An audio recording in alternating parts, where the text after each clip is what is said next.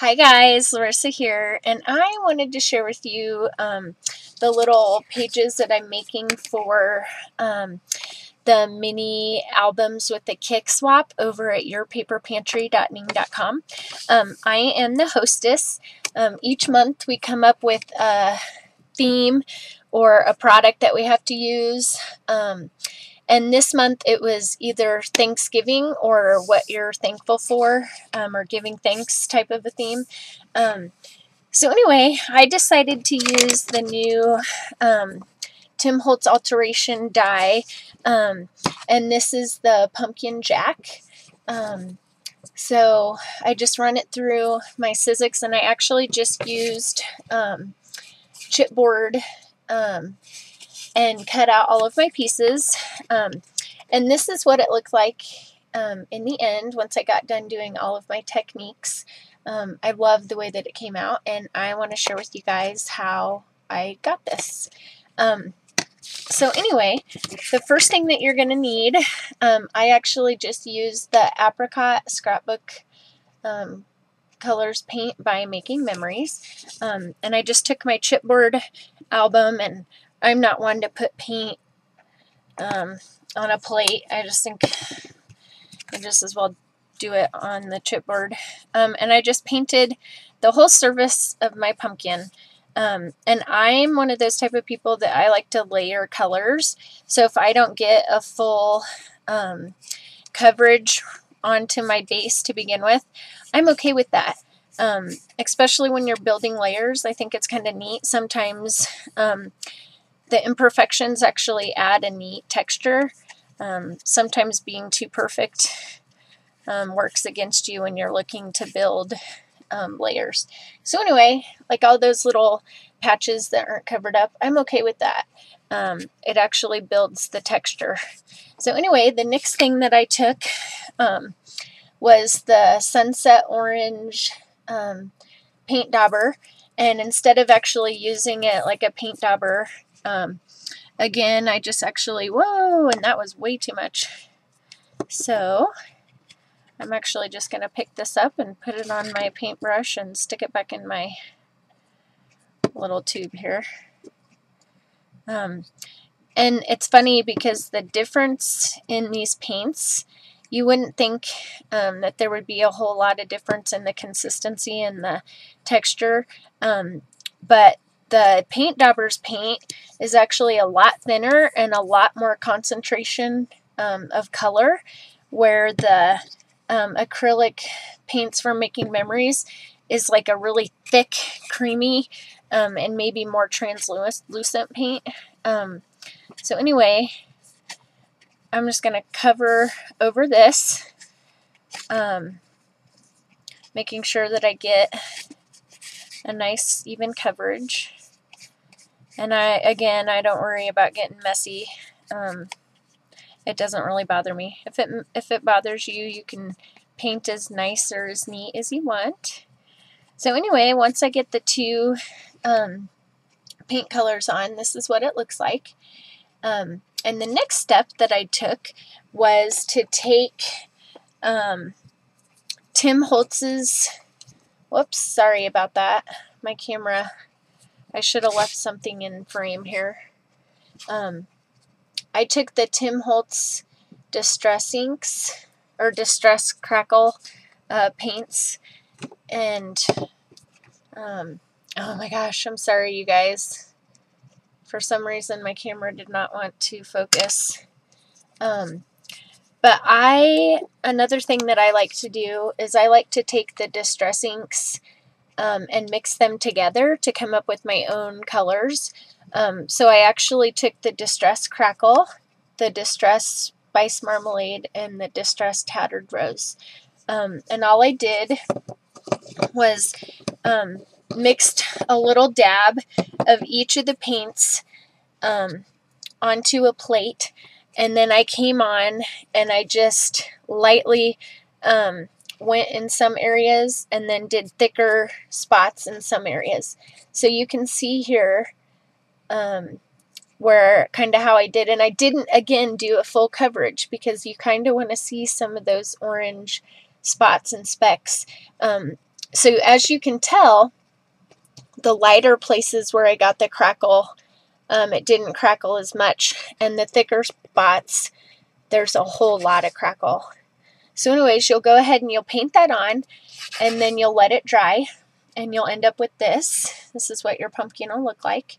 The next step that I took was to take some type of an orange ink. I ended up using this little cat eye color box pigment pad.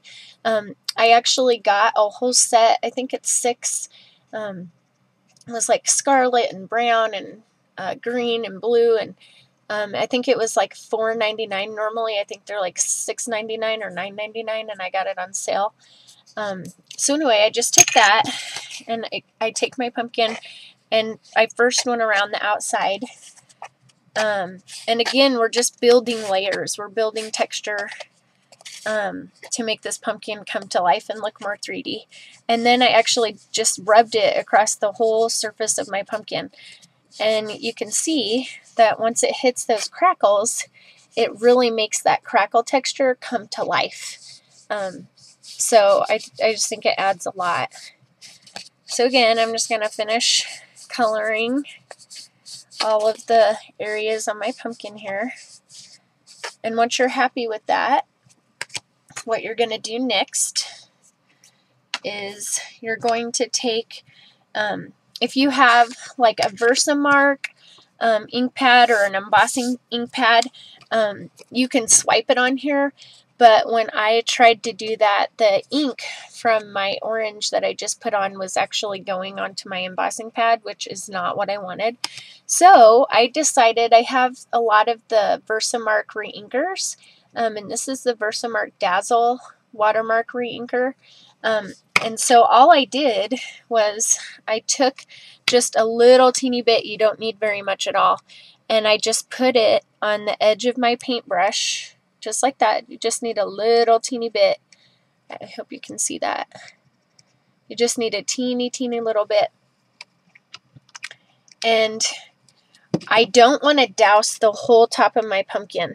See these little flat areas?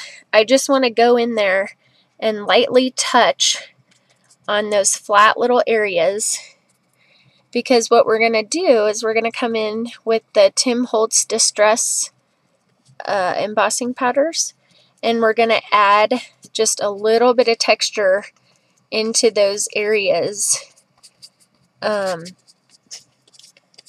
where the main crackle isn't at, because we don't want to cover up that main crackle. That's part of our whole design. And so you can kind of see where I put my embossing powder, where it's kind of shadowed, or I mean my Versamark ink. You can kind of see the shadows. So again, I actually like to mix my distress powders, my embossing powders, to come up with a different color for some more texture. So I've used scattered straw, spiced marmalade, and brushed corduroy. And I've just taken a little bit, equal amounts of all three, and I actually like to put them onto like a plate. And so here's my little mixture. You can see I've added all 3 colors into there and just mixed it all together. So then all I'm going to do is take my pumpkin that we've coated with the Versamark. Let me get this on too. And again, you don't want to put this on the whole pumpkin. You just want to put it, because it'll stick to the other powder and it'll stick to your crackle paint, and then you'll have a whole embossed pumpkin, which I guess if that's the look you're going for, that's fine. That would be awesome. But I want the crackles to still show up, so I'm being really careful where to put my embossing powder. I'm just putting it, and I'm just going to kind of spread it around with my spoon, and then instead of tipping it sideways, once I've got all of this on there, I am actually just going to dump this straight upside down, and then just give it a tap and knock all of that extra stuff stuff off, and you kind of end up with something that looks like this. And this again is going to add a ton of texture and make this really, really neat. So what we're going to do is we're going to grab our heat gun, and we're just going to heat this up. Now, if you've never worked with distress embossing powders, this actually takes a little longer than normal embossing powders to melt. And maybe we can see here, you can kind of tell when it starts to change colors. The scattered straw is actually going to turn out more white. There you can see, hopefully on this end, it's changing to a light white. So you can tell over here, this is heated. It's really kind of like a white color. And this over here in the center hasn't changed yet. It's still pretty dark. So that's kind of when you can tell that your powders have been heated up. So we're just going to finish heating this. And I love these embossing powders. They add so much texture and so much just depth to any project that you need to add them to. In the fall, I love using these for fall projects like leaves and pumpkins, and then in the Christmas, I wish that he would come out with a white embossing powder. I mean, we have the picket fence, and I don't know, maybe there is a white. I just haven't ever been able to find it. I have the antique linen, I believe. But I just love this. And you can kind of tell there how all of that has changed colors. And so that's kind of how you can tell when it's all heated. So you can kind of see the different specks of color. So this is what you're going to end up with. And the next step that we're going to do is we're going to take the Perfect Pearls. And this is the Mandarin Perfect Pearls. And I actually got this in a set. I think it was like with a turquoise and a brown and a cream. And I forget what the kit name is. But it actually comes with a little pouncing brush. And you don't need a whole lot. You just dip it in there. And I actually just use my lid for like a little tool to help me. And I'm actually just going to go right over this whole pumpkin and cover every little bit of this pumpkin with the Perfect Pearls. And I hope you can see all the shine and the shimmer that you get from that. It's just awesome. If you're not a glitter person, you don't like the mess of glitter and you don't like pearl, but you like shine, Perfect Pearls are a great thing for you to look into. They add the look of glitter without all of the mess of glitter. The only thing is that we're going to have to come back in and set these Perfect Pearls with either water or, like I'm going to use, I'm actually going to use the Perfect Pearls Mist by Ranger. And this is the new Mandarin color. And as you can see, all of the Perfect Pearls, which is actually the color we just used, is in the bottom. And they mixed it with the liquid to get the color. So, next, I'm going to find a piece of paper here to set this on. I am going to just take my Perfect Pearls and I'm going to spray the back of this pumpkin. And then I'm just going to heat this up really fast. And this is going to add even more Perfect Pearls to my pumpkin, but it's also going to make sure that the Perfect Pearl powder that we put down on the rest of the pumpkin is going to stay. So once that is all heated up, this is what you get for the back. And I'm actually going to do my little thankful poem on the back of my pumpkin. And then on the front of the pumpkin, again, I'm going to take the Perfect Pearls and I'm going to douse it. And we're going to heat that up. And I just love the way that this looks. Again, you get the shimmer and the shine of glitter without having it be messy glitter, especially if you don't like the look of glitter. So, let's see. And you can usually tell when it's dry. Okay, that's dry. So you can kind of see the look that we have so far. Oh my gosh, it's so awesome. I just love the way that it looks. And look at all that texture. We started out with something that was flat, like this, and just look how awesome. Just those little steps. It looks way 3D now. So, anyway, our final and last step is I'm going to take the Color Box chalk ink, and this is the Chestnut Roan.